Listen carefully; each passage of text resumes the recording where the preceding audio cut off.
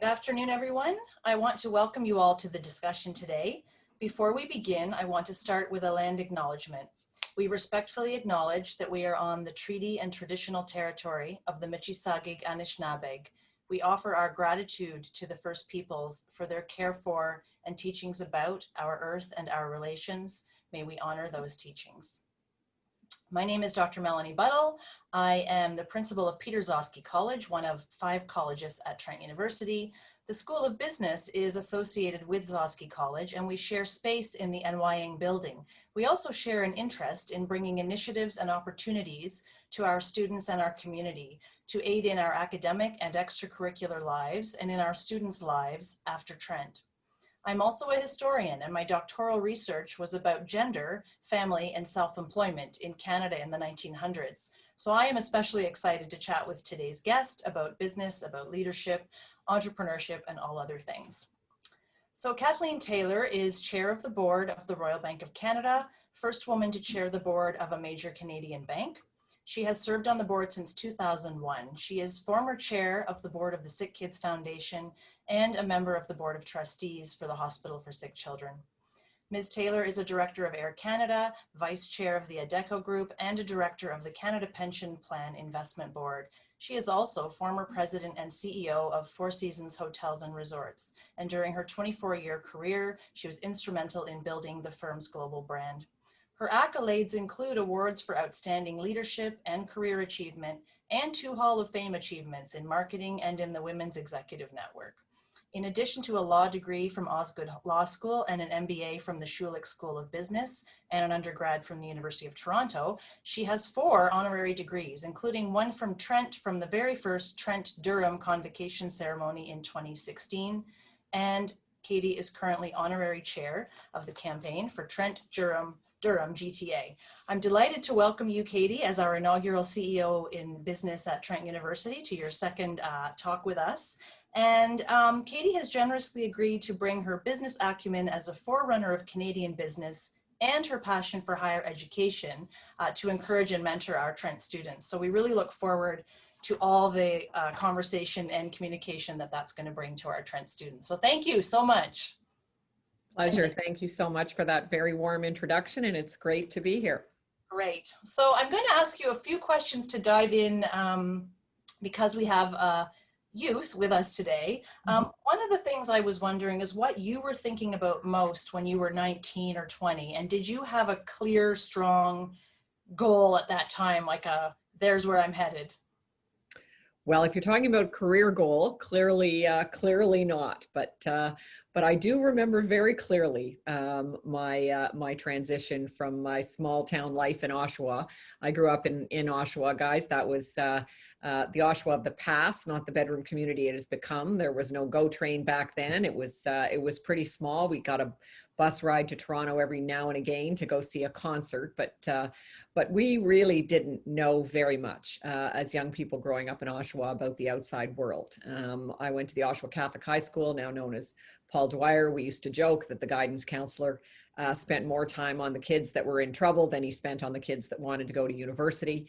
In fact, back in those days, we graduated from high school at the end of grade 12 because people were just not expected to go on to higher education.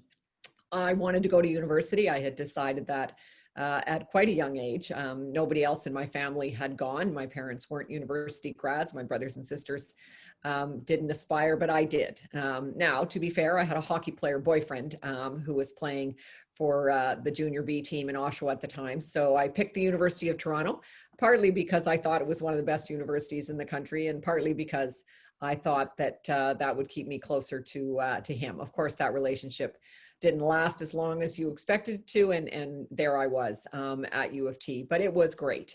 Growing up in Oshawa, a woman really had kind of a few prospects in life. You could be a homemaker like my mom was, or you could be a teacher, a nurse, secretary or a nun were the role models that we surrounded ourselves with in our younger days in that town.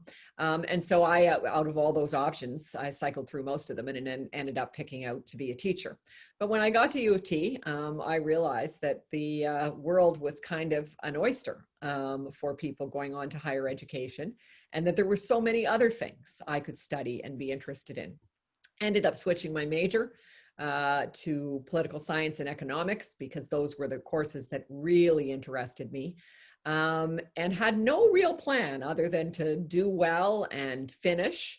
And towards the end of that stint in academia, I decided that my next goal really was to find the longest postgraduate degree in existence. I really loved being a student. I loved being at university. And that's how I landed on the joint program at Osgoode and Schulich. It was the only one of its kind back in those days. And also in those days, the program was a full 6 years long. So that was a guaranteed, I cycled through, should I do my master's, my PhD, and ultimately I settled on those two degrees.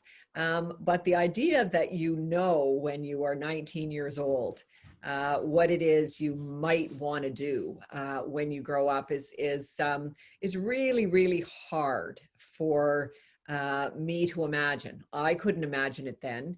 And in fact, all my career, people said to me, well, did you ever think you would grow up to be the CEO of Four Seasons?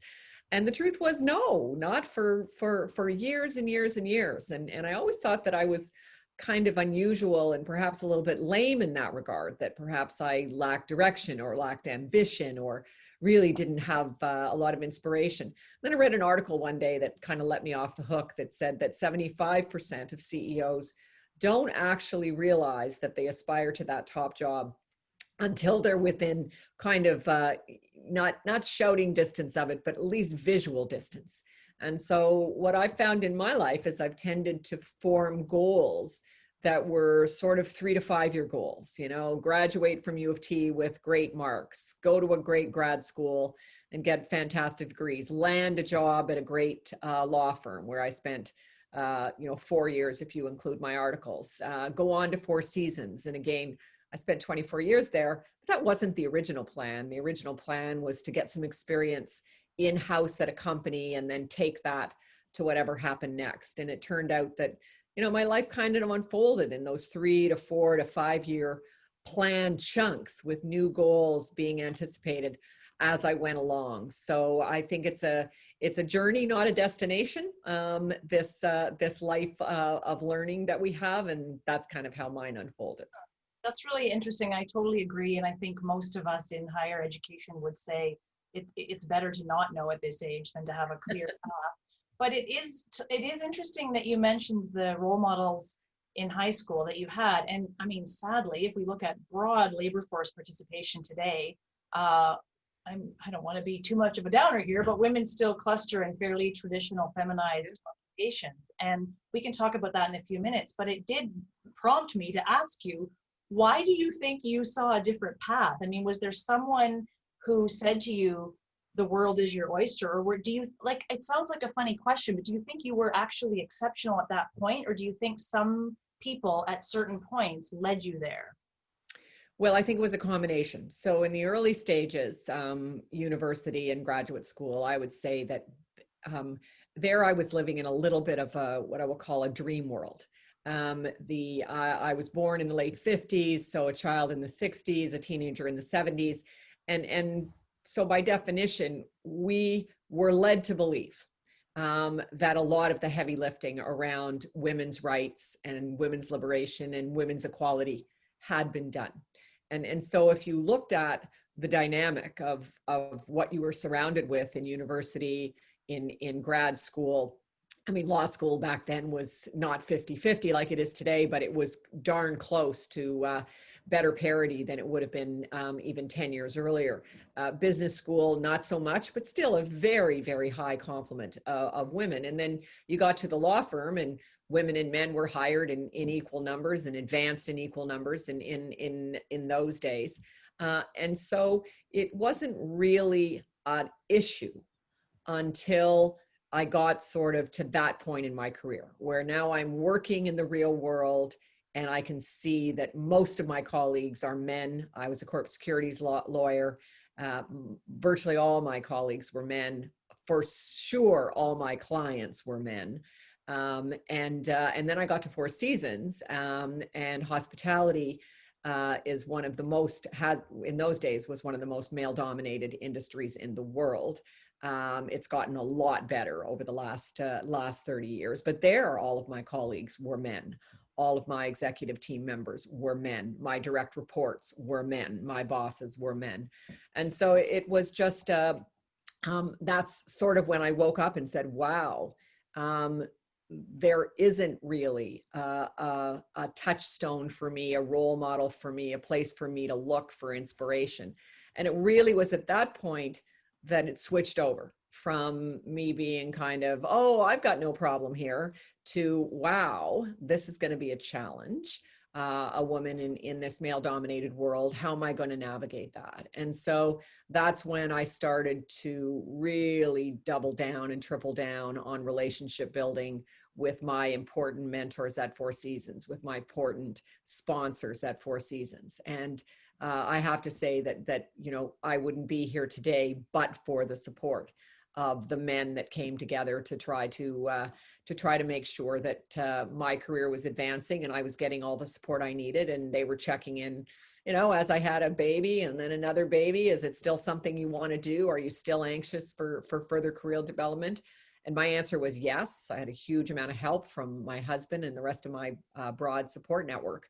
But I would say yes, that network part of what happens in the workplace is something that women need to prepare better for, and they need to be more aware of. We can, to a certain extent, sometimes come out of university with high marks and great grades, and that propels us into a way of thinking that the best paper wins. Whereas in the workplace, it's far more complicated than that. And so yes, you have to do great work and you have to work hard and you have to be exceptional, but you also have to have a support network to see you through. I was thinking as you were talking about growing up, when you did, I was thinking, well, you know, I was born in the very early 70s, and I also thought all the heavy lifting was done. And we were both wrong.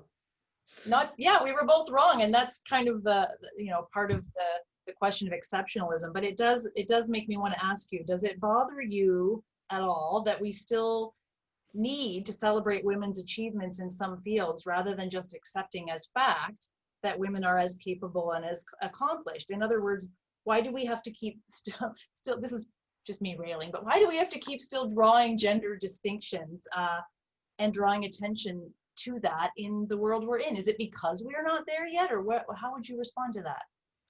Well, I would say for sure we're not there yet. I mean, we're generations at this pace from there yet. If you look at the concentration of CEOs on the TSX, on the Fortune 500, I mean, we are miles and miles and miles away from any form of gender parity or gender equity in the higher echelons of the corporate world. I think in certain elements of society, maybe in academia, maybe in medicine, maybe in research. I mean, maybe it can be different, but in the world I live in, the corporate world, we are a long way away. It doesn't bother me that we still celebrate firsts. You know, I think that one of the things I've always said about women in leadership is, and it's true of anything, right? In life, it's think of the young people on this phone call won't even know who this is, but I always harken back to Roger Bannister. Roger Bannister was the first human to run the 4-minute mile. It was generally accepted medical science that the human body was incapable of doing such a thing. He did it, and within, I think it was 62 days, someone else did it too. And then within 30-something days, the next person did it. And within a year, tons of people had done it. And so the point of reiterating that old story is that if you see it, you can do it. There is a mental agility that comes from identifying with something that someone else has already accomplished. And so I actually think it's a good thing. Women often call me and say, oh, I've been invited to this, or I've been asked to join that, but they're only calling me because I'm a woman. What do you think of that? And I said, I think you should do it. I think you should do it. I think you should do it to the best of your abilities, show how exceptional you will be at it, and then focus all of your attention on ensuring that maybe you were the first, but you're not going to be the last.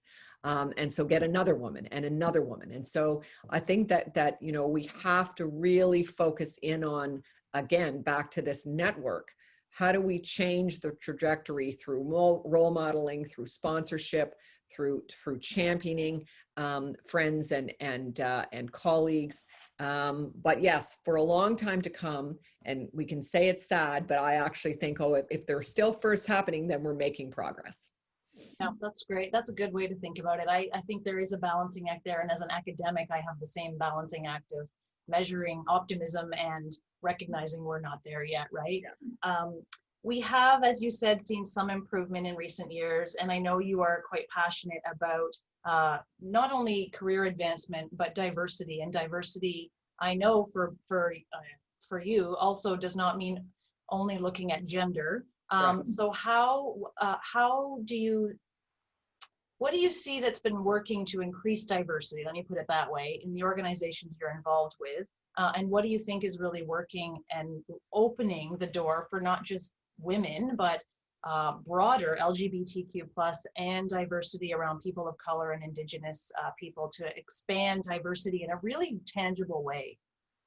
Well, I think that the work everyone is doing, I mean, obviously the world is quite intensely focused today on this idea of non-gender diversity. The death of George Floyd, the demonstrations that have come, the Black North Initiative that began in Canada.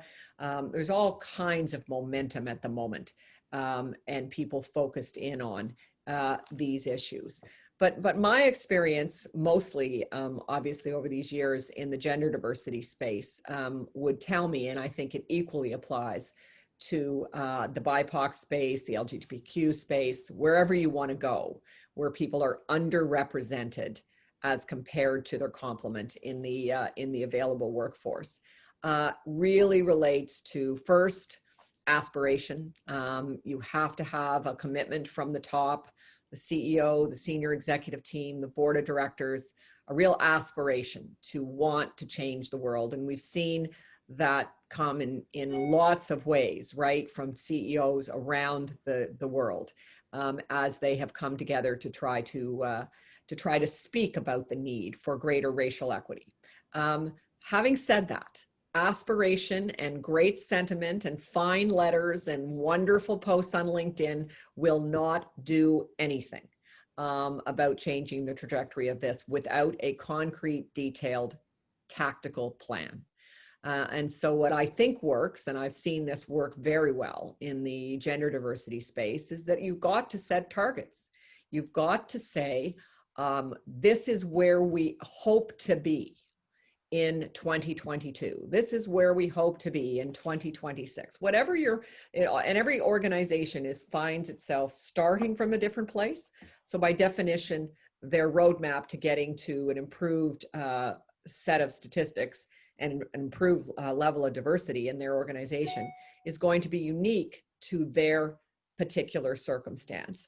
Having said that, the actual setting of that plan, the monitoring of that plan. And then people say to me, oh, well, it's quotas. That's not the way it should be done. I'm not talking about quotas. I'm talking about targets. We set targets for our earnings per share. We set targets for our revenue growth. We set targets for how much cost we're going to take out in a cost containment program. We have targets in business for just about everything. And so why not for the most important resource in the organization, which is human capital? Why are we not measuring our utilization of human capital in exactly the same way? And if we don't make our target by 2022, well, at least we now have plans. We can see what worked, what didn't. We step back, we revise, and we set a new plan, maybe with a new target. But without the targets, without actually stating out loud what you think you're accountable for, I think it's very, very difficult for this to happen by osmosis. And in fact, I would argue it's impossible for it to happen without a concrete tactical plan. And my proof for that, not being a scientist or an academic like you are, but my proof for that is simply in the pudding, which is that it has not happened in the absence of those tactical targeted plans. And so by definition, we can only get better off. Exactly. Yeah. And as somebody who's read a lot of labor force data through my academic career, it hasn't changed. And we've seen, yes, improvement, but a very similar pattern that has continued. I would even say, to me, employment equity, the word equity shouldn't frighten people either. We're not talking about, people always want to think, oh, well, you're going to promote people that don't have the skill set. If you look at the representation of your population, and if you look at who goes to post-secondary education, there are plenty of people that have plenty of skill sets if we were really going to target. So I like that you said that. And you said earlier, seeing people in front of you who have done it opens the door for you to do it. And that's true for all of our students, I think. So I'm really glad you said that. I saw a piece this week that has really resonated with me. It's called The Missing Rung.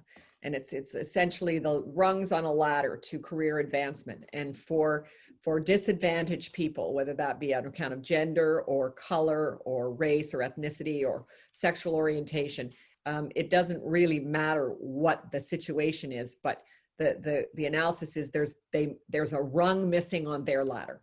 And so as they climb up, they get to a point where reaching that next one becomes all the more impossible because that missing rung for them in that organization has impeded their progress. And so, just back to targets, when you have targets, you actually start to analyze which rung is missing for who, where.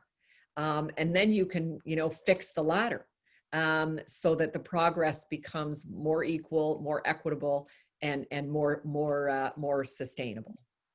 Thank you. And can you speak a little bit more to what you see the key differences between mentorship and sponsorship? Because I think part of what you have articulated over the years and today is that missing rung can also be corrected by actively helping the people that are on the ladder. So can you speak a little bit to sponsorship and mentorship for us?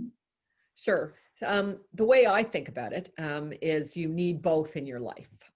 Mentors, I describe to people, and this is going to sound very basic, you want a mentor in your career. This is not a person who pats you on the back or gives you a little tap on the head or tells you how great you are. This is a person who tells you that you have spinach in your teeth and toilet paper on your shoe, right? These are the hard messages in business where they have to be brave enough to step forward and say, what just happened in that meeting there? You blew it. Or this is how I would have handled that differently. Or what are you planning to do? You know what? I think maybe you need to step back and rethink. Like, this is a coach.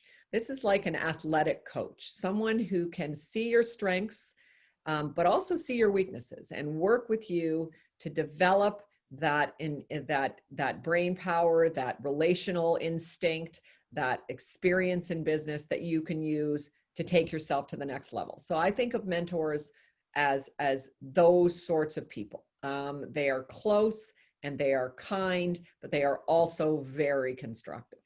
Sponsors and mentors and sponsors can be the same person, but they're often not.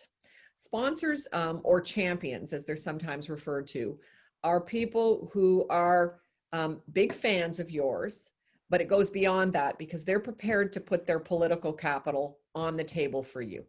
They're prepared to step out and say, I vouch for this person. And when you don't do well, they pay or they look bad. And when you do well, they get rewarded and they look good. So they have a real vested interest in your career, and they are prepared to put their own career and their own reputation on the line for you. And as I said, sometimes it can be the same person, but oftentimes it isn't. And the other thing I would say about sponsors and mentors is that we don't have to have the same ones our whole careers. Sometimes people think, oh, well, if I change jobs, then I'll get a new one. if I don't change jobs, I'll keep the ones I have. Well, neither of those are true. I have the same mentor in my life today, in my portfolio career, that I had at Four Seasons. We see each other a couple times a year. He talks to me about the choices I'm making in my portfolio life. We talk through difficult issues. And he was a huge advocate of mine at Four Seasons, and a huge, course corrector for me as I was about to step into things that weren't to my advantage. But sponsorship often is one that does follow you to your different places of work, because you really need somebody who's got capital in that organization and can spend it on you to advance your interests.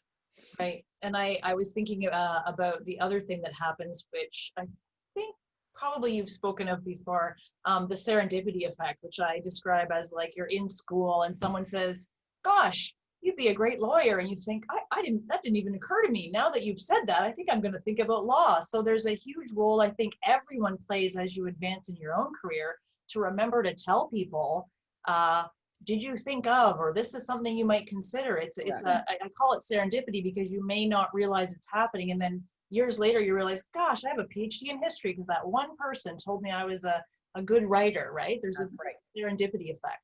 That's right. It's really, really important. And that's why, one of the things that I say to young men and young women all the time is to make sure that you're carving out enough time in your busy schedule, whether it's academic schedule or work schedule, for relationship building. You don't ever know where a relationship's going to take you, except that it will be value add to some of those important decisions you have to make, or those important pieces of information that you're missing, because you just don't know what you don't know as a young person. And even as an older person like me, there's all kinds of things I don't know. And so reaching out and connecting with as many people as often, and a very diverse group, I would also say would be advice I would give, is to try to make sure that we're not doubling down on our own narrow networks, but making sure we're taking a broad span, because these very diverse points of view really do help to shape how you think about your life and how you think about your goals and where your career takes you. Yeah, that's great advice. And it does remind me of what we try to say at Trent all the time. I think it's one of our strengths as a small institution, is that students at Trent can get to know their faculty, and that can lead to letters of reference or mentorship in a variety of things. But there's a lot of ways to get involved outside of the classroom as well. And if you take that up, anything can happen, right? I think anything can happen. Okay, so that sort of leads me to you've kind of already said this, but other things you might say to students who are sometimes afraid to take that first step, how they can advocate for themselves, seek out role models, and particularly seek out actively the role models that reflect themselves or reflect a more inclusive workplace. What would you say to the students today? Well, I think that first off, I would say how lucky they are to be young people and young students in the age of technology that we have now. I mean, none of what we're doing here today was remotely possible when I was a 19-year-old in my first year at university. So there are so many ways for young people today to connect with other humans who might actually add value to their lives. And so, one, make sure that you appreciate that huge and vibrant network that is available to you. And then second, utilize it with purpose. It is very, very important to really, when I think back of all the things I could have done better when I was spending my 4 years in undergrad at U of T, one of the things I for sure could have done better, and I got quite good at it in my fourth year, but not so much in my first and second years, was this whole idea of making these connections and just any opportunity, when a professor's holding class hours, take advantage of that. Even if it's just to introduce yourself and talk about what's most interesting to you in the course. We always feel like we need an excuse, right, to be in the presence of a person, particularly a person that we look up to, a person of authority. But I think one of the things that we can, as young people, underestimate is that most people in authority would be simply delighted to help in any way that they possibly can. And I know that that's, for me, one of the great joys in my life. Is the amount of time I get to spend helping young executives, helping young students, helping younger people take next steps in their education or in their careers. And then you get the absolute joy of seeing how that all unfolds. And so as young students know, that there's nothing at all daunting about accessing and leveraging all these relationships. I would say the opposite. There's a lot of happiness on the part of the people who get asked. A lot of happiness on the part of professors when students show up for class hours and either have questions or just want to talk about potential next steps. So get out there and take advantage of every moment is what I would advise. Absolutely. And we do have really good mentorship programs with alumni at Trent too, where you really can connect with someone and talk about career goals and just life in general as well. And professors are a huge resource. So thank you. Okay, I have to ask you one more gender, feminism, labor question. Sure. I'm going to move to other things.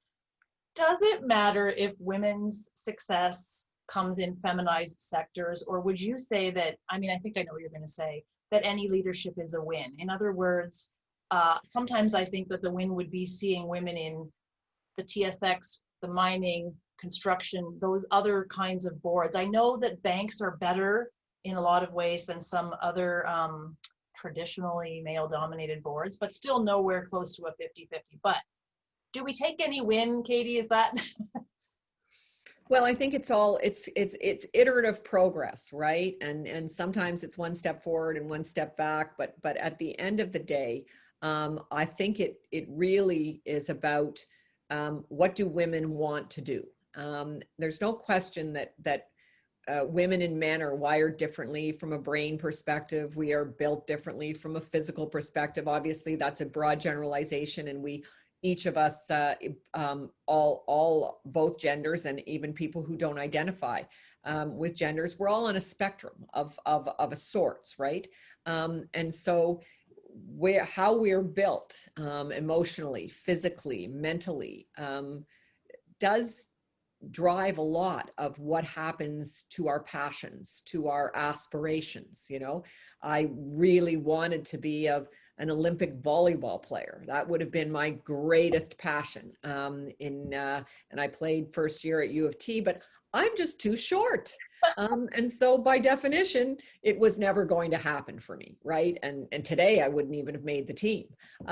So, that's a silly little example, but we do, all of us come to our opportunities with our own set of strengths and weaknesses. And so I think that we should always aspire to women, just sticking with the gender example here, being able to do whatever they want to do. Whatever a man can do, a woman should be quite capable of doing.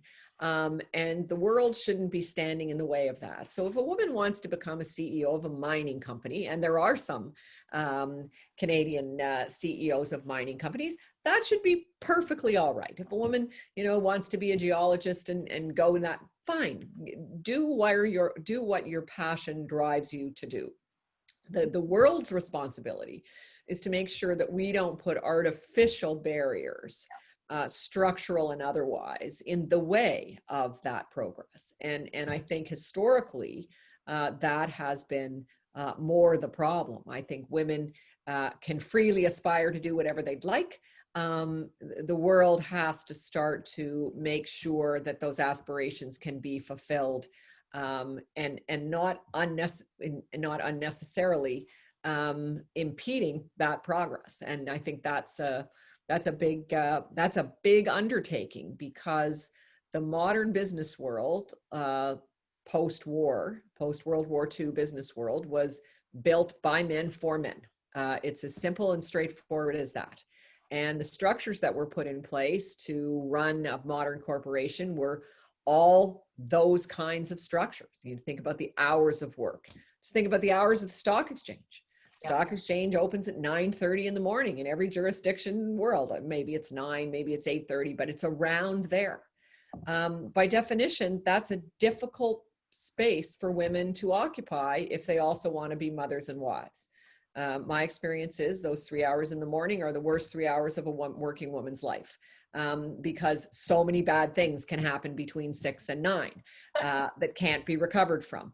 So I use it. It's a little kooky example, but it's just one example of the way we've organized the world to not actually thinking about women at all. It wasn't that somebody said, "Oh, let's do this so women are excluded." No, it was done that way because there weren't any women. And so we've really got to get in and start to worry about, do we have conscious bias? Do we have unconscious bias? Do we have structural impediment? Where are those missing rungs on that ladder for a woman? How do we rebuild them?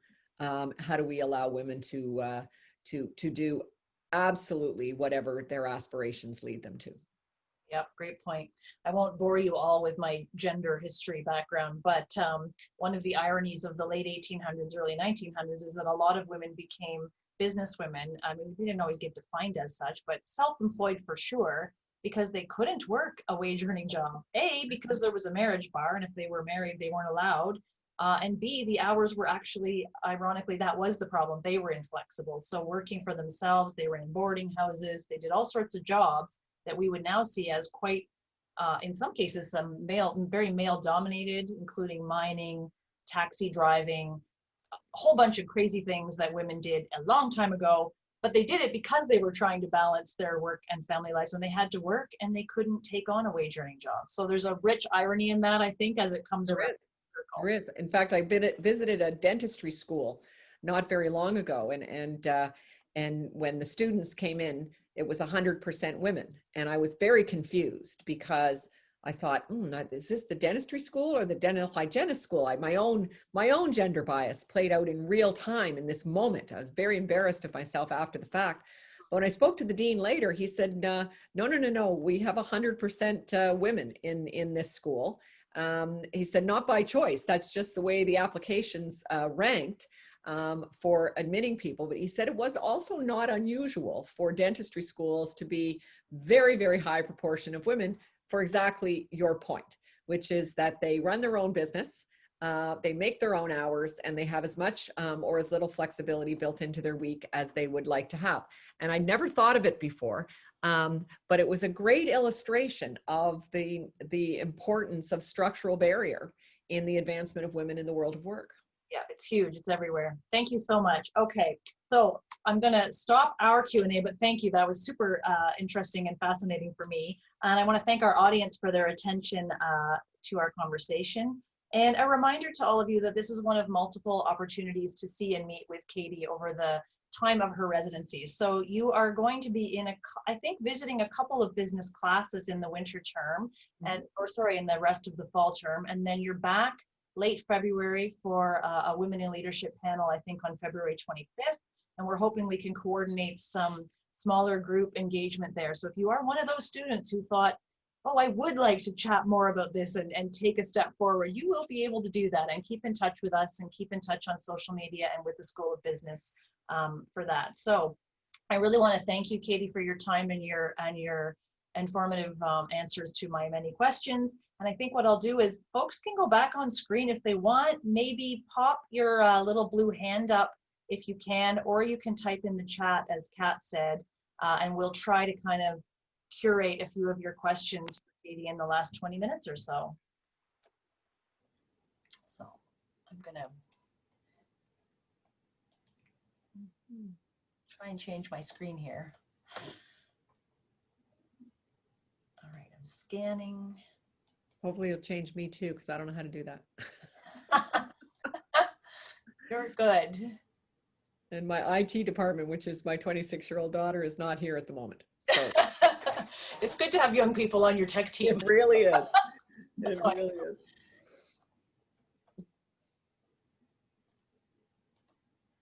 Anyone want to leap in with a question? I will. I'm not shy. It's Beth. Hi, Beth. Can you hear me okay? Yeah. Great. That was wonderful. Thank you so much, Katie, for that great talk. Miss Taylor, I should say. Miss Taylor. Call me Katie, everybody. Okay. at Trent, it's kind of how we do things, and I get a little used to the first name basis, so apologies for that. I wanted to say, just on a personal level, thank you for mentioning the 6 a.m. to 9 a.m. anything can go wrong for a working mom, because that's like triple in a pandemic. Like somebody might sneeze, they might cough, you might, so thank you for recognizing us. I'm a TA in the School of Business for a couple of our first and second year courses. And I know all of our students are going to be watching this, or either here now or will watch it later. And I was thinking, we were discussing in our management skills course this week the idea of social capital and the importance of social capital. And I heard you discuss political capital and earlier. So I was wondering if you could tell us, if you could give them and me some real world application of how, or even whether you think social capital is something that served you in your sort of career development. There's absolutely no question, and I probably mean the same thing in companies. Social capital, political capital. It literally is who's got power, who's got influence on a particular issue, who can make a difference in an outcome, whether that's a career move or a deal negotiation or a promotion, whatever it is. And so I'll just tell you a little story. When I first started at Four Seasons, I was in my early 30s. I was young, I was single, I lived very close to the office. And so I liked to get to work early so I could get my work done and get home so that I could actually, have fun. Go to the movies, see my friends, do whatever I wanted to do. So I'd get in every morning at around 7:30. And the head of hotel operations at Four Seasons at the time lived in Mississauga. And he used to leave his house in order to avoid the traffic super early in the morning. He'd stop in at the Four Seasons Toronto on Yorkville, see the guy who worked overnight in the shoe shine, check in on the kitchen just to say hi, and then get to the office probably around 6. I'd get there at 7:30, and I was the first person to come in. And my office was just about 3 offices from his. I had to walk by it to get my coffee, and I'd go back. And as soon as I arrived, he would get his coffee, come into my office, put his feet on my desk, and start talking. And he would talk and talk and talk and talk. And I would think, okay, well, this is very interesting, but I got work to do. And then at some point, his assistant would come in. She'd come and get him for a phone call, and that would be the end of that. Many years later, once I got to know the company better, and after I'd had hundreds of these sessions with John, I realized 2 things. First, I had had an unbelievable business course in the hotel industry from one of the great masters of all time. Number 1. Number 2, I learned that he actually had a great amount of influence over the career advancement of people. I was on the business side of the business.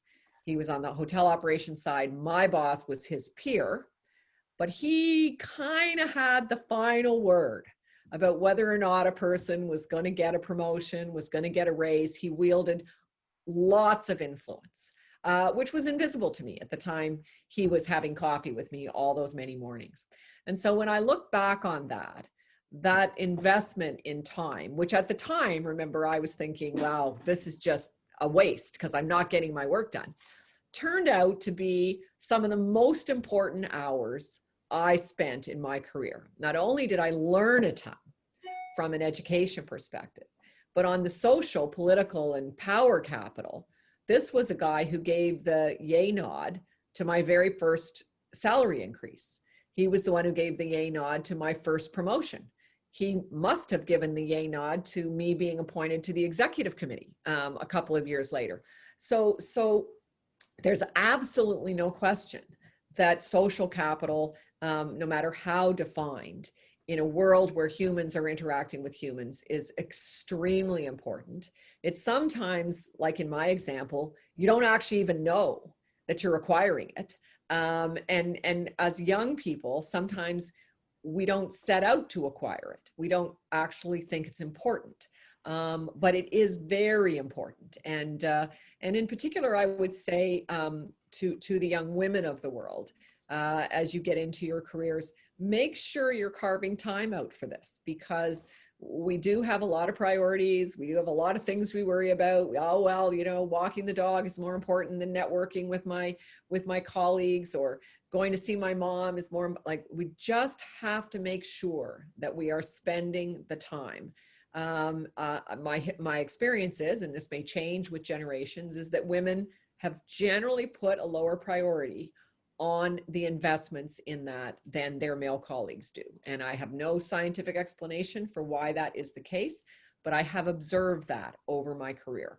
And so it's just an encouragement, men and women, just everybody get out there and make sure that you are focused in on that. And sometimes you'll invest in something, doesn't do anything for you. But sometimes, like in my example, it turns out to be the difference between the early advancement and not. So hugely important.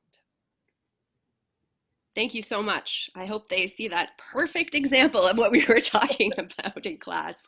Thanks. It does also beg the question, Katie, of I was reading around about lawyers, particularly Black lawyers in Canada, who sometimes find that, this is the reading I was doing, that that idea of fit and like, were you in the right place, or did you frequent the right places for that social capital, can sometimes be a barrier. And I'm thinking of somebody who maybe, I don't know, maybe somebody has to take 8 subway rides to get to work and can't be there at the time to make that happen. And I'm not saying there's an easy answer to that, but I know that there are barriers for people who can't network in the way that somebody with more privilege has. Yep, I think that's right. And I think that there are 2 things there. The first is that as an individual, you have to try to organize your time. So if you can't be at those after hours events, or if you can't be at the different moments in time, well, then you have to figure out how to construct others, number 1. And number 2, I would say organizations, and I think they're doing this, have to get better at how they organize those moments. You know, it used to be in my day that all of those moments happened, you know, at a bar down the street from the law firm, or at Four Seasons, there was no bar down the street, so we didn't have that kind of example. But there were other ways that those relationships were built. And so organizations have to be, I think, more focused on the equitable availability of that, and making sure that everything doesn't revolve around golf, which might disadvantage certain people. Everything isn't about the group that goes to the Leaf game, because that will disadvantage other people. So you know, just those sporting examples, but there's lots of other examples. The way offices are configured, the way teams meet, the way social encounters are organized. There's both the individual and the organization have to really focus in on how access to those moments is achieved. Yeah, we actually, side note, have some great conversations. The women that work in my building, when we're all here in person, we have great conversations in the washroom, I have to say. Absolutely. Yeah, Kath just typed in the chat, there are structural barriers to networking for women who are mothers and caregivers. Yes, I mean, everybody has a different barrier, and I think you could argue that that men might have those barriers too. We just maybe don't see them as often. But being open to, I think your example of being open to the fact that something can be an opportunity is really valuable. Yes. Does anybody else want to type or ask a question? We have a question sent in the chat, and somebody's asking if you had one piece of advice for a second-year business student. And I think I'd like to add on to that. You did majorly answer this within the course, but I do want to extend on it and just ask if you could talk to your past self, or if you could talk to a woman in business, speaking on behalf of the individual who put in the chat, and myself as well, as individuals in business, what would you put as your goal? As you stated earlier, you focused on attainable goals. What would you focus on in university? Well, in university, I think you really focus on a couple of things, right? The first is you focus on your work, your schoolwork, because there's no question that is a launch pad for what comes next. And so the better you are focusing on your schoolwork, the more opportunities and more doors that will be open to you once that time comes. Having said that, marks are one element of success, as I said earlier, right? Just being an A student in life it's nice, but it's not the whole. It's not the whole. The whole picture. You really also have to be working on relationship building skills, your communication skills, which I'm sure you're doing as part of your normal curriculum in any event, your extracurricular knowledge skills. One of the things that it's easy to do when you're so busy with assignments is not really spend enough time with what's going on in the world, right? Reading the news, reading The Economist, making sure that you're expanding your horizons beyond the reach of what's going on just in the world of the university. And so I always think about, if you think about global mindset, is a word I like to use when I describe what I would love our graduates to become, people who come out of business school with a real way of thinking about business, but also a real way of thinking about the world and about the people around them in the world. And so there's a series of concentric circles here, I suppose. Curriculum at the center, relationships that come next, community, whether that's Trent or beyond, the world of work, which is even in second year is starting to avail itself, because you're looking at summer internships, you're thinking about opportunities for what you might want to explore in those internships and using them. I think it's really important to use them again with purpose, but also keeping your frame of reference on the big picture of how all this fits together in the world and on the planet. So the universal person with a global mindset, and if you can graduate with a lot of that thinking, you're going to be in a really great place as you start your career. Thank you. Doing another scan for hands. Don't be shy.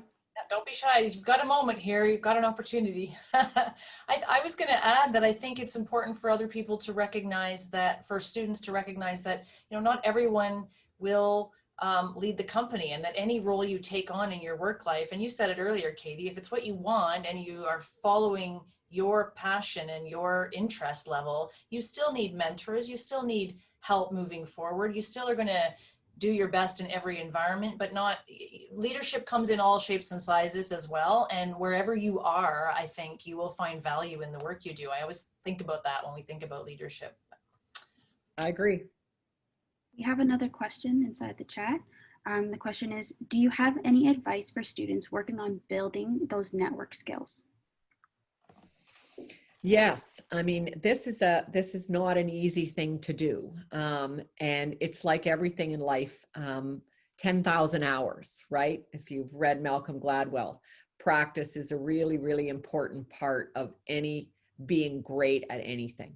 And so it's one of those skills that I encourage people to really practice. And what do I mean by practice? Well, I don't mean that you fake it or you're inauthentic or you're behaving weirdly just to be in circulation, but that you put yourself and you make sure that you're scheduling your life so that you have an opportunity to put yourself in places, in times, and with the amount of attention that relationship building really calls for, that you make room in your young lives for all of that. And the more you do it, the easier it becomes. And the more often we talked about visiting professors earlier, the more often you do that, the more often you reach out to whether it's faculty or alumni or mentors or any form of social or academic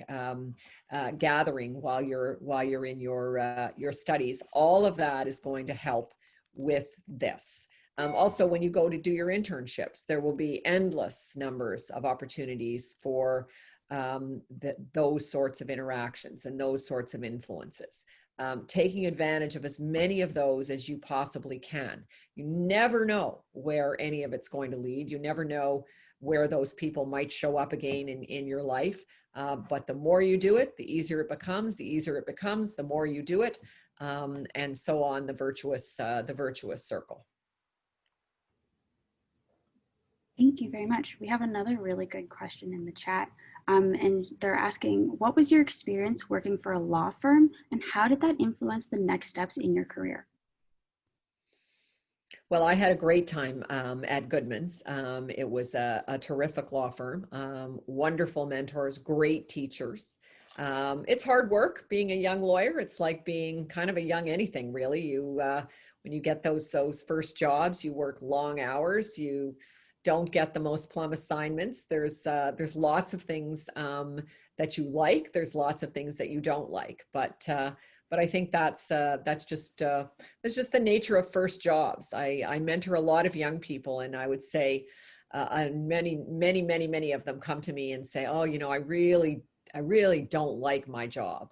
And my answer is, is it your first job? Yes. And the answer to that is, I think you're not supposed to like your first job that much. It's one of the things that helps propel us to ideas about what we might want to do next. And so I really actually loved my job at the law firm. I loved the people I worked with. I liked the work. It was very exciting, very transaction oriented.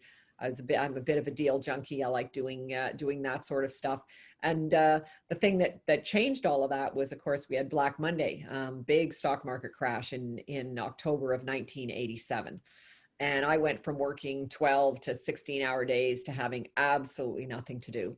And so I switched course for a year and went to the Securities Commission and became a regulator on secondment from the law firm. So the law firm still paid me, but I went and worked for the government for 12 months.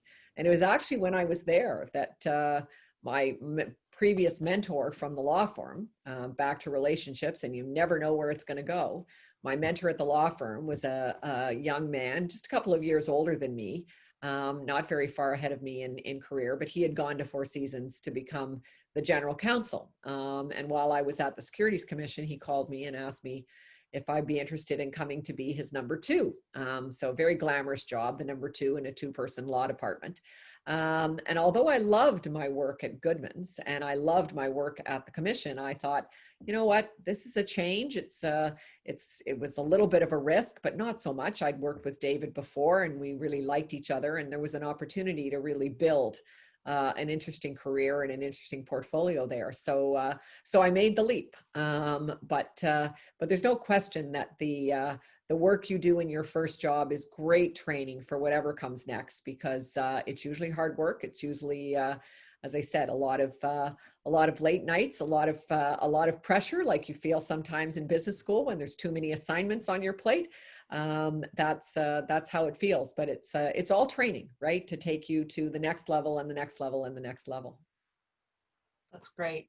I'm going to ask you one last one because we have to wrap up, and there are a couple of other good ones in the chat. And somebody who mentioned, Louise mentioned volunteering is a great way to network, which is true. And Lee has put the link in the chat for the Trent U Connect mentorship and alumni networking. But a really quick last one, Katie, and I think it was a really good one from a student to ask about the different.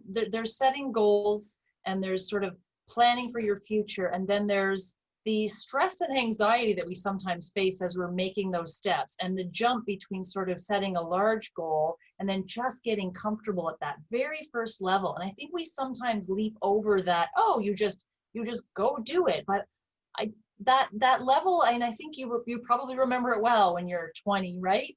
There's an anxiety there about how you're going to move forward. And so baby stepping through that. I just wondered if you could very, very quickly speak to that. How do you conquer that worry about stress or anxiety or imposter syndrome, let's say? Sure.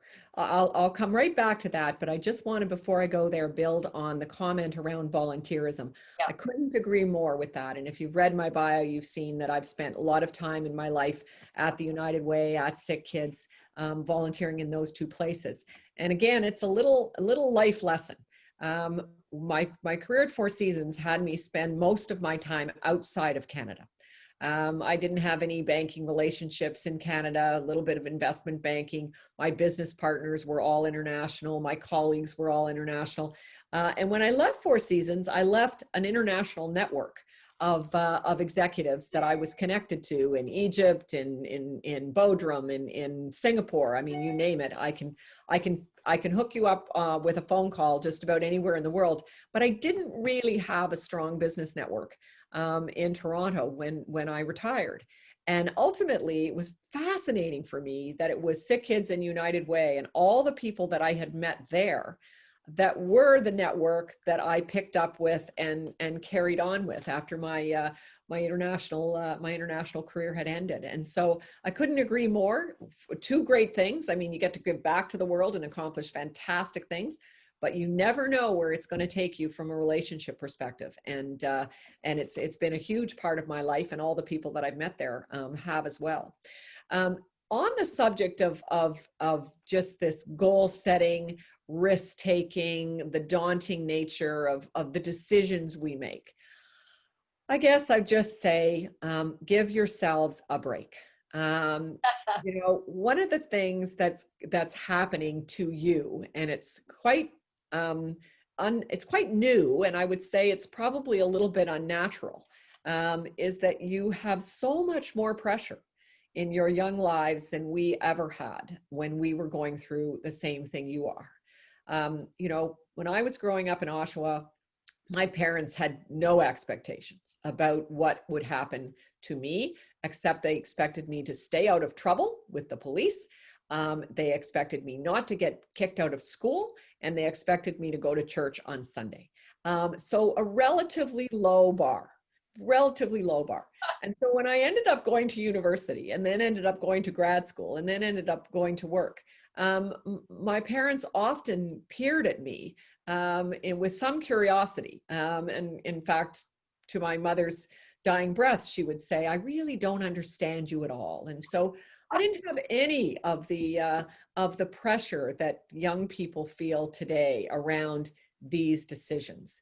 And so as a result, I don't want to say they felt risk-free to us, but they did feel very low risk. We didn't feel like the choice of this university or this business school or this program or this internship was going to be life-defining. We felt that those were important choices, but they were building block choices. Today, I think people see the stakes as much higher and the competition as much greater. And certainly social media and societal expectations have driven that for you. And so the only thing I would say is I can't do anything about that. But what I can say is that where you start is rarely where you finish. There's so much that goes into the making of this cake that will be your life. Ingredients that get added, ingredients that get taken away, stirs that happen, stirs that don't happen. It's just such an organic journey. And so, making what I'll call smart, risk-adjusted decisions, understanding that the risks you take in your 20s are so much different than the risk you might decide on the same decision in your 40s. So cut yourself some slack, just relax a little bit, remember to breathe, and most importantly, I would say, focus on what will make you happiest. We sometimes take happiness out of the business equation because it's not easy to quantify. But the truth of the matter is that no matter what you choose to do, if you are happy doing it, you will do it better than you would do it if you are unhappy doing it. And back to my sports analogies, Roger Federer, well, maybe we'll use Rafael Nadal because he just won the French for the 13th time. This guy loves playing tennis more than he loves anything else in the world. And that's why he's a champion.